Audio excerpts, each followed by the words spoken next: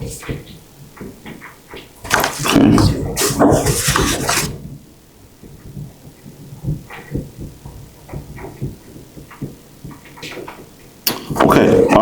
The last thing is that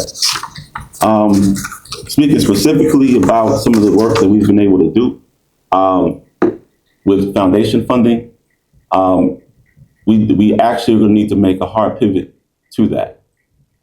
We have a no-cost extension on our Kellogg grant that'll end in December.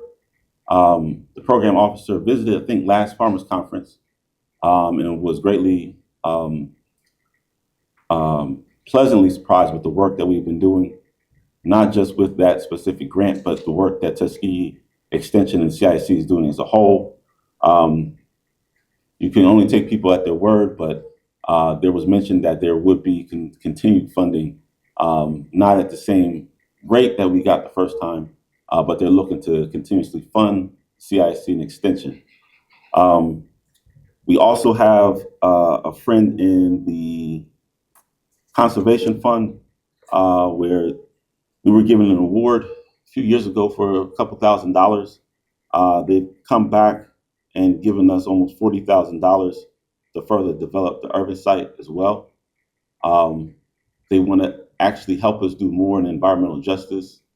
So some of that work that is being pushed back because of the federal government, the foundations are going to come in and support that work to get done, depending on what their politics is, of course. So I don't want us to be kind of dismayed and depressed at what's happening at the federal level. There's also funds that we can go after in terms of private foundations and organizations that support this type of work as well.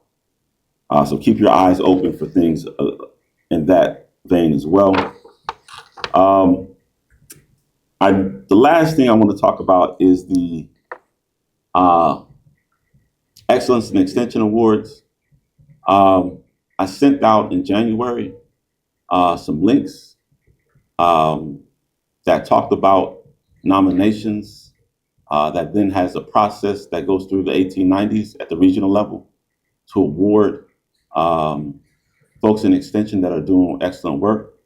The winners at the regional level, so it's the 1890s region, the southeastern region, the northeastern, the mid-central, and the western. So those 5 regions have their own competition within themselves, and the winners go up for a national award.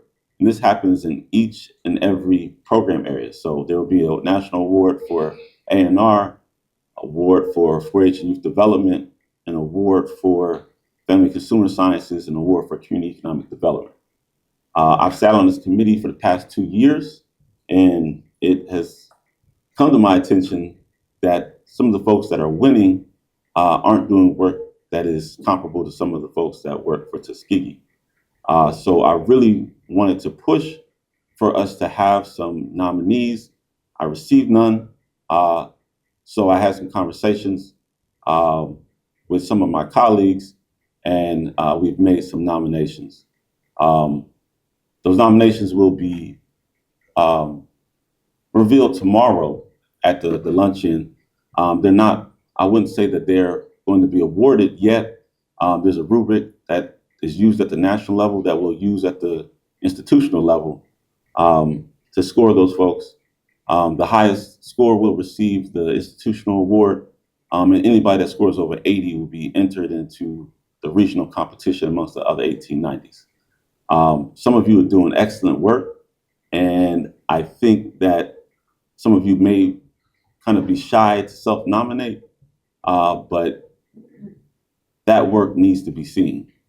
So please, I will recirculate that again for next year, and it's going to be an annual award that we hand out here at the university. I haven't decided the monetary amount, but that person will be given the monetary award as well as a plaque and recognized at the Farmers Conference. So please continue to do good work. Don't be afraid to self-nominate. Don't be afraid to nominate your colleague or friend that you know is doing great work here. And with that, I will step back and open the floor to questions.